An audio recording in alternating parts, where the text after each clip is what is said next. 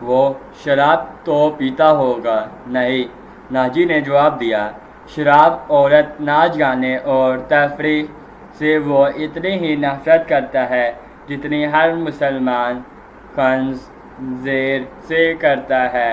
میں نے سنا تھا کہ آپ کے پاس لڑکیوں کا ایسا طلسم ہے جو نیل کی روانی کو روک لیتا ہے۔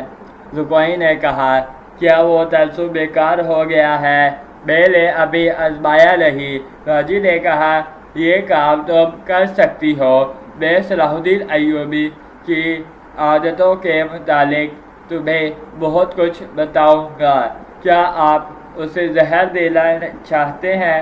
زکوئی نے پوچھا۔ ابھی نہیں، ناجی نے جواب دیا، میری اس کے ساتھ کوئی دشمنی نہیں، میں صرف یہ چاہتا ہوں کہ وہ ایک بار کسی تم جیسی لڑکی کے جال میں پھنس جائے، پھر میں اسے اپنے پاس بٹھا کر شراب پلاؤں۔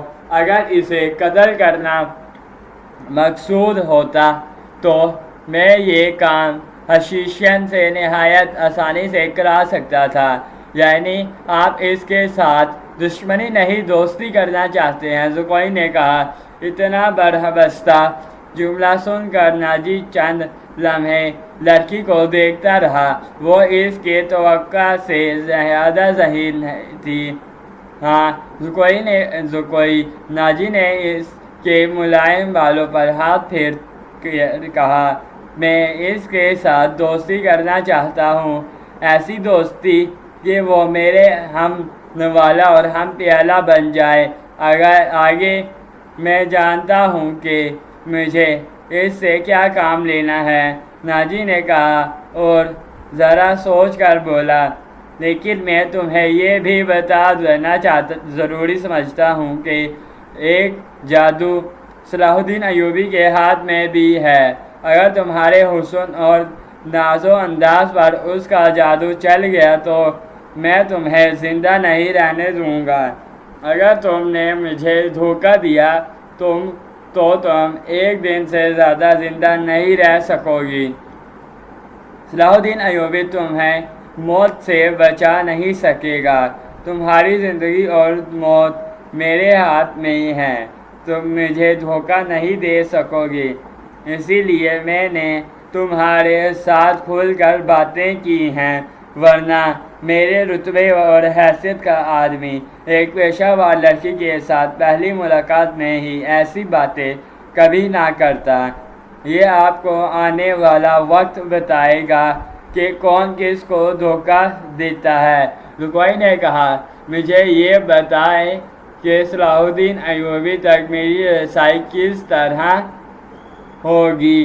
میں اسے ایک جشن میں بلا رہا ہوں۔ ناجی نے کہا، اسے رات اپنے ہاں رکھوں گا اور تمہیں اس کے خوابگاہ میں داخل کر دوں گا، اور میں نے تمہیں اس مقصد کے لیے بلایا ہے، آگے میں سنبھال لوں گی۔ وہ رات گزر گئی، پھر اور کئی راتیں گزر گئی۔ صلاح الدین ایوبی انتظامی کاموں اور نئی فوجی تیاریوں کرنے میں اتنا مصروف رہا کہ ناجی کی دعوت قبول کرنے کا وقت نہ نکال سکا۔ علی بن سفیان نے اسے ناجی کے متعلق جو رپورٹ دی، اس سے وہ پریشان ہو گیا۔ اس نے علی سے کہا، تو اس کا مطلب یہ ہے کہ یہ شخص صلیبیوں سے زیادہ خطرناک ہے۔ یہ ایک سانپ ہے جسے مصر کی عمارت اپنے آستین میں پال رہی ہے۔ علی بن سفیان نے ناجی کی تخریب کاری کی تفصیل سنائی کہ اس نے کس طرح کس بڑے آدمی کو اپنے ہاتھ میں لیا اور انتظامیہ میں منمانی کرتا رہا۔ پھر کہا، اور جس سوڈانی سپاہ کا وہ سالار ہے وہ ہمارے بجائے اس کی وفادار ہے۔ کیا آپ اس کا کوئی علاج سوچ سکتے ہیں؟ صرف سوچ نہیں سکتا، صلاح الدین ایوبی نے جواب دیا، علاج شروع کر چکا ہوں۔ مصر سے جو سپاہ بھرتی کی جا رہی ہے اسے میں سوڈانی محافظوں میں گٹ مٹ کر دوں گا، پھر یہ فوج سوڈانی ہوگی نہ مصری۔ ناجی کی یہ طاقت بکھر کر ہماری فوج میں جذب ہو جائے گی۔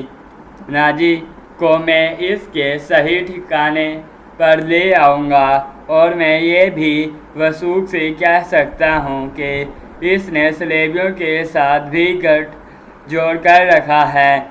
علی بن سفیان نے کہا، آپ سلطنت اسلامیہ کو ایک مضبوط مرکز پر لا کر اسلام کی وسعت دینا چاہتے ہیں، مگر ناجی آپ کے خواب کو دیوانے کا خواب بنا رہا ہے۔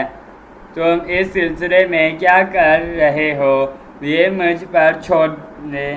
علی بن سفیان نے جواب دیا، میں جو کچھ کروں گا وہ آپ کے ساتھ ساتھ بتاتا رہوں گا۔ آپ مطمئن رہیں، میں نے اس کے گرد جاسوسی کی ایسی دیوار چن دی ہے جس کی آنکھیں بھی ہیں، کان بھی ہیں، اور یہ دیوار متحرک ہے۔ یوں سمجھ لیں کہ میں نے اسے اپنے جاسوسی کے قلعے میں قید کر لیا ہے۔ صلاح الدین ایوبی کو علی بن سفیان پر اس قدر اعتماد تھا کہ اس سے اس کی درپردہ کارروائی کی تفصیل نہ پوچھی۔ علی نے اس سے پوچھا، معلوم ہوا ہے کہ وہ آپ کو جشن پر مدعو کر رہا ہے، اگر یہ بات صحیح ہے تو اس کی دعوت اس وقت قبول کیجیے گا جب میں آپ کو بتاؤں گا۔ ایوبی اٹھا اور ہاتھ پیچھے رکھ کر ٹہلنے لگا۔ اس کے آہ نکل گئی اور رک گیا اور بولا، بن سفیان، زندگی اور موت اللہ کے ہاتھ میں ہے۔ میں مقصد زندگی سے کیا یہ بہتر نہیں کہ انسان پیدا ہوتے ہی مر جائے؟ کبھی کبھی یہ سوچ دماغ میں آ جاتی ہے کہ وہ لوگ شاید خوش نصیب ہیں جن کی قومی حیث مردہ ہوتی ہے اور جن کا کوئی کردار نہیں ہوتا، بڑے مزے سے جیتے اور اپنی آئی پر مر جاتے ہیں، وہ بد نصیب ہیں۔ امیر محترم علی نے کہا، ہاں بن سفیان۔ صلاح الدین ایوبی نے کہا، میں جب انہیں خوش نصیب کہتا ہوں تو یہی بہت معلوم نہیں کون میرے کان میں کہہ دیتا ہے جو تم نے کہی ہے، مگر سوچتا ہوں کہ ہم نے تاریخ کا دھارا اس موڑ پر نہ بدلا تو ملت اسلامیہ بکھر کر وادیوں، جنگلوں اور صحراؤں میں کھو جائے گی۔ ملت کی خلافت 3 حصوں میں بٹ گئی ہے، امیر من مانی کر رہے ہیں اور صلیبیوں کے اعلی کار بنتے جا رہے ہیں۔ مجھے یہ ڈر بھی محسوس ہونے لگا ہے کہ مسلمان اگر زندہ رہے تو وہ ہمیشہ صلیبیوں کے غلام اور اعلی کار رہیں گے۔ وہ اس پر خوش رہیں گے کہ زندہ ہیں، مگر قوم کی حیثیت سے وہ مردہ ہوں گے۔